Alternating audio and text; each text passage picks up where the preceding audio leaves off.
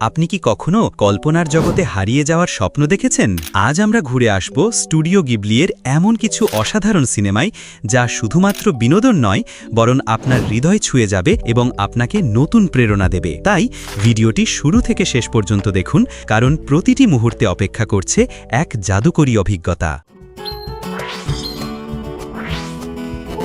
5. কিকিজ delivery service.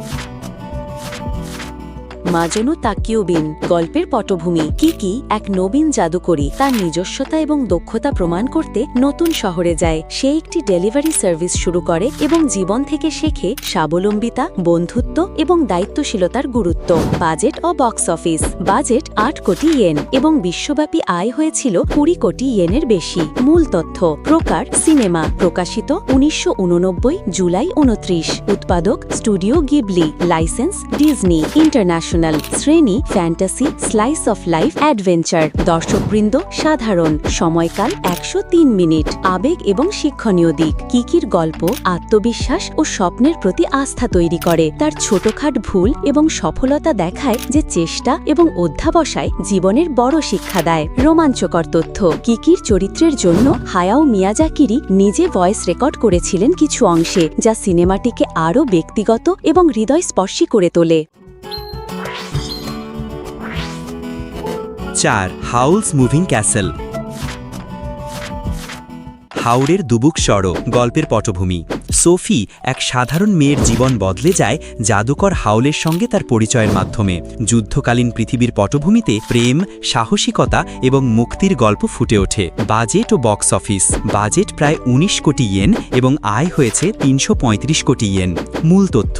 প্রকার cinema, প্রকাশিত 2004 November 20। উৎপাদক Studio Ghibli, licence Disney International. শ্রেণী ফ্যান্টাসি, রোম্যান্স, অ্যাডভেঞ্চার। দর্শকবৃন্দ সাধারণ। সময়কাল 119 মিনিট। আবেগ এবং শিক্ষণীয় দিক। সোফির পরিবর্তনের গল্প দর্শকদের হৃদয় স্পর্শ করে।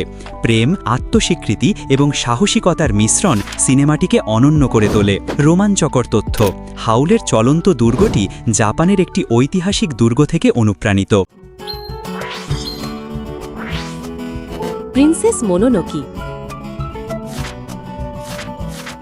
মোনোনোকি হিমি গল্পের পটভূমি। মানব সভ্যতা বন এবং প্রকৃতির সঙ্গে সংঘর্ষে লিপ্ত। প্রিন্সেস মোনোনোকি বনপুরীর রাজকন্যা, যিনি পশুদের রক্ষা করেন। প্রধান চরিত্র আশিতাকা যুদ্ধের মাধ্যমে বন এবং মানুষের মধ্যে শান্তি স্থাপন করার চেষ্টা করেন। বাজেট ও বক্স অফিস। বাজেট ছিল 15 কোটি ইয়েন এবং বিশ্বজুড়ে 190 কোটি ইয়েনের বেশি আয়। মূল তথ্য। প্রকার সিনেমা, প্রকাশিত 1997 জুলাই 12। উৎপাদক Studio Ghibli, licence Buena Vista International. শ্রেণী ফ্যান্টাসি, অ্যাডভেঞ্চার, হিস্টোরিক্যাল। দর্শকবৃন্দ বয়স করা ও কিশোর কিশোরী। সময়কাল 134 মিনিট। আবেগ এবং শিক্ষণীয় দিক। এখানে মানুষের লোভ এবং প্রকৃতির রক্ষার মধ্যে দ্বন্দ্ব গভীরভাবে উপস্থাপিত। গল্পটি কেবল বিনোদন নয়, পরিবেশ সচেতনতার মন্ত্রপাঠও বটে। রোমাঞ্চকর তথ্য। প্রিন্সেস মোনোনোকি জাপানের ইতিহাসে একসময় সর্বোচ্চ আয়ের সিনেমা ছিল এবং আজও অনেকের কাছে ক্লাসিক। আপনি কি স্টুডিও জিবলির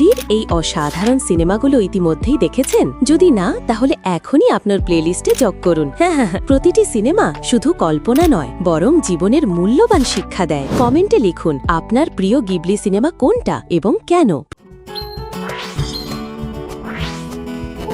2. Spirited away. চিহিরো এক তরুণী দুর্ঘটনাবশত একটি জাদুময় জগতে আটকে পড়ে। সেখানে সে অদ্ভুত প্রাণীদের সঙ্গে মিশে তার পিতামাতাকে উদ্ধার করার জন্য সংগ্রাম করে।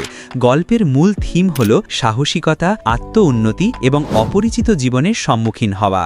বাজেট ও বক্স অফিস। বাজেট ছিল 15 কোটি ইয়েন, কিন্তু বিশ্বজুড়ে 350 কোটি ইয়েনেরও বেশি আয় করেছে। এটি স্টুডিও জিবলির সবচেয়ে সফল সিনেমাগুলোর মধ্যে একটি। মূল তথ্য। প্রকার সিনেমা, প্রকাশিত 2001 জুলাই 20। উৎপাদক studio Ghibli, licence Disney International. শ্রেণী ফ্যান্টাসি, অ্যাডভেঞ্চার, সুপারন্যাচারাল। দর্শকবৃন্দ সাধারণ। সময়কাল 125 মিনিট। আবেগ এবং শিক্ষণীয় দিক। চিহিরোর যাত্রা শেখায় কিভাবে ভয়, অনিশ্চয়তা এবং চাপের মধ্যেও দৃঢ় থাকা যায়। তার ধৈর্য এবং সাহস দর্শকদের অনুপ্রাণিত করে এবং ছোট থেকে বড় সকলকে আত্মনির্ভরশীল হওয়ার বার্তা দেয়। রোমাঞ্চকর তথ্য: এটি academy award Oscar best animated feature বিভাগে জিতেছিল, যা প্রথম এশীয় অ্যানিমেটেড ফিল্ম হিসেবে একটি বিশাল অর্জন। 1. মাই নেবার টোটোরো। তোনারি টোটোরো গল্পের পটভূমি। এই সিনেমাটি ছোট দুই বোন সাচি এবং মেইয়ের গল্প। তারা গ্রামে এসে এক অদ্ভুত বড় প্রাণী টোটোরোর সাথে পরিচিত হয়। টোটোরো গ্রাম ও প্রকৃতির রক্ষক হিসেবে গল্পের কেন্দ্রবিন্দুতে আসে। ছোট বোনদের কৌতূহল, কল্পনা শক্তি এবং প্রকৃতির প্রতি ভালোবাসা সিনেমাটিকে জীবন্ত করে তোলে। কেন এই জায়গা? জাপানের গ্রামাঞ্চলের প্রাকৃতিক সৌন্দর্য এবং শান্ত পরিবেশ গল্পকে অনন্য করে। দর্শক শহরের ব্যস্ততা থেকে দূরে গিয়ে প্রকৃতির সঙ্গে এক মুহূর্তের মিলন অনুভব করে। মূল তথ্য: প্রকার সিনেমা, প্রকাশিত 1988 এপ্রিল 16, উৎপাদক Studio Ghibli, licence Disney International, শ্রেণী ফ্যান্টাসি, পরিবার, স্লাইস অফ লাইফ। দর্শকবৃন্দ সাধারণ, সময়কাল 86 মিনিট। বাজেট এবং বক্স অফিস: মাত্র 2 কোটি ইয়েনের বাজেট, কিন্তু বিশ্বজুড়ে 30 কোটি ইয়েনেরও বেশি আয়। আবেগ এবং শিক্ষণীয় দিক: বনিদের মধ্যে ভ্রাতৃত্ব এবং পারিবারিক ভালোবাসা, প্রকৃতির রক্ষা করার বার্তা এবং টোটোরোর সাথে মেয়ের প্রথম সাক্ষাতের উষ্ণ মুহূর্ত দর্শকের হৃদয়ে অদ্ভুত এক ছাপ ফেলে। রোমাঞ্চকর তথ্য: টোটোরো চরিত্র এতটাই জনপ্রিয় যে স্টুডিও গিবলির অফিসিয়াল লোগো হিসেবেও ব্যবহৃত হয়।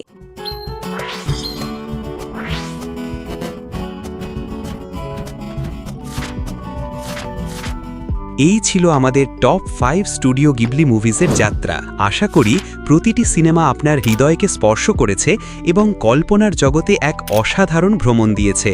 আপনি যদি আরও অ্যাডভেঞ্চার এবং সৃজনশীল অ্যানিমে দেখতে আগ্রহী হন, তাহলে আমাদের পরবর্তী ভিডিওটি টপ 5 ম্যাডহাউস অ্যানিমের নামেও চেক করুন, যেখানে দেখানো হবে আধুনিক ও ক্লাসিক জাপানি অ্যানিমের সেরা চিত্রণ। ম্যাডহাউস টপ 5 অ্যানিমে লিস্ট। মাধহাউস স্টুডিওর সেরা 5টি অ্যানিমে সিরিজ ও মুভি। আপনি কি এমন অ্যানিমে খুঁজছেন